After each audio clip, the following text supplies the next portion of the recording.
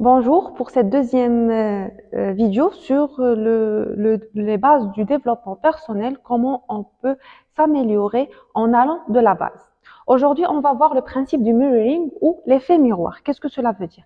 Si on prend que l'être humain, la psychologie humaine, c'est ce petit bonhomme allumette avec son aura. Tu es conscient juste à 5% des choses que tu fais. 95% des choses que tu fais relèvent du domaine de ton subconscient.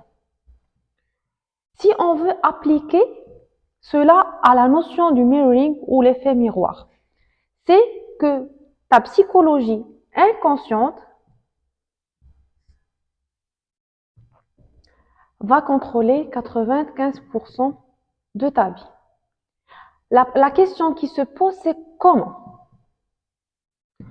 Ce comment, on va le répondre par la suite. Si ça, c'est toi,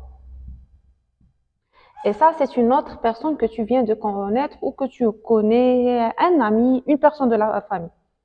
Ça, c'est toi, ça, c'est lui. Ça, c'est la personne A, ça, c'est la personne B.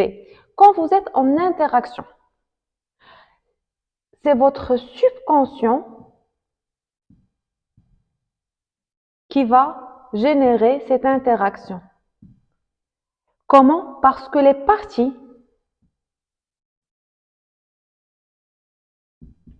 de la fragmentation de ton subconscient ont induit que tu es en interaction avec cette personne-là. Qu'est-ce que je veux dire par la fragmentation de notre psychologie?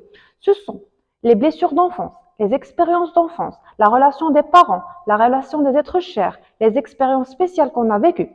L'ensemble de ces événements-là qu'on n'a pas très bien intégrés lorsqu'on était enfant, vont constituer un phénomène qui s'appelle la fragmentation de la psyché.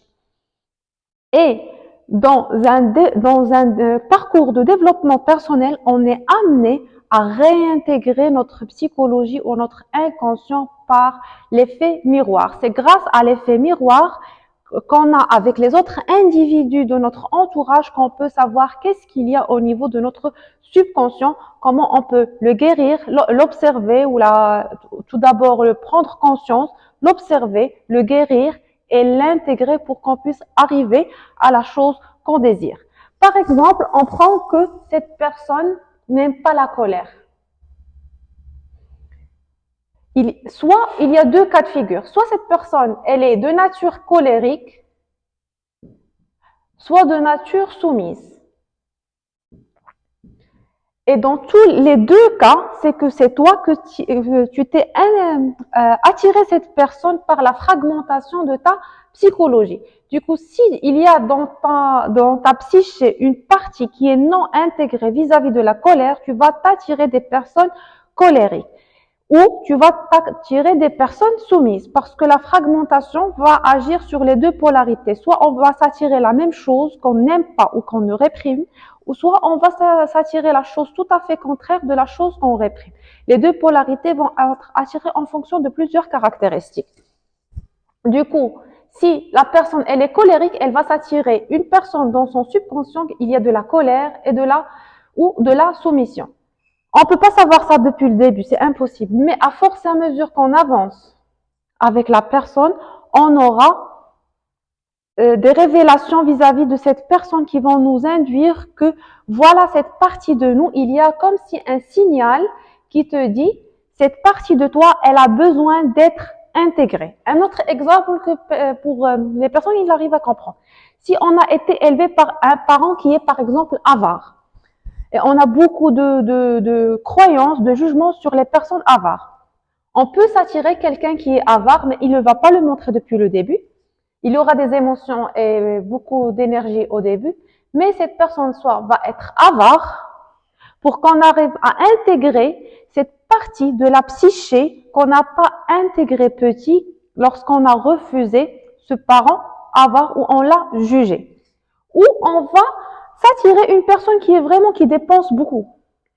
Une personne qui dépense beaucoup, on aura à faire ça jusqu'à quand on va partir à l'autre extrémité pour revenir à l'équilibre. Le processus de mirroring ou l'effet miroir, c'est un processus, est un outil de développement personnel, pas pour se juger ou pour se critiquer, mais tout simplement pour intégrer les parties non intégrées au niveau de notre psyché. Ce qui fait, je vous invite aujourd'hui à faire un travail de mirroring vis-à-vis des gens qui sont dans votre entourage et vous demandez la question suivante.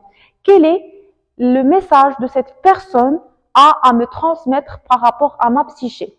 Et ça, pour qu'on puisse répondre à cette question, tout simplement, vous allez vous mettre dans la situation où cette personne vous énerve, où cette personne, vous ne l'acceptez pas, qu'est-ce que vous critiquez de cette personne et qu'est-ce que vous jugez de cette personne.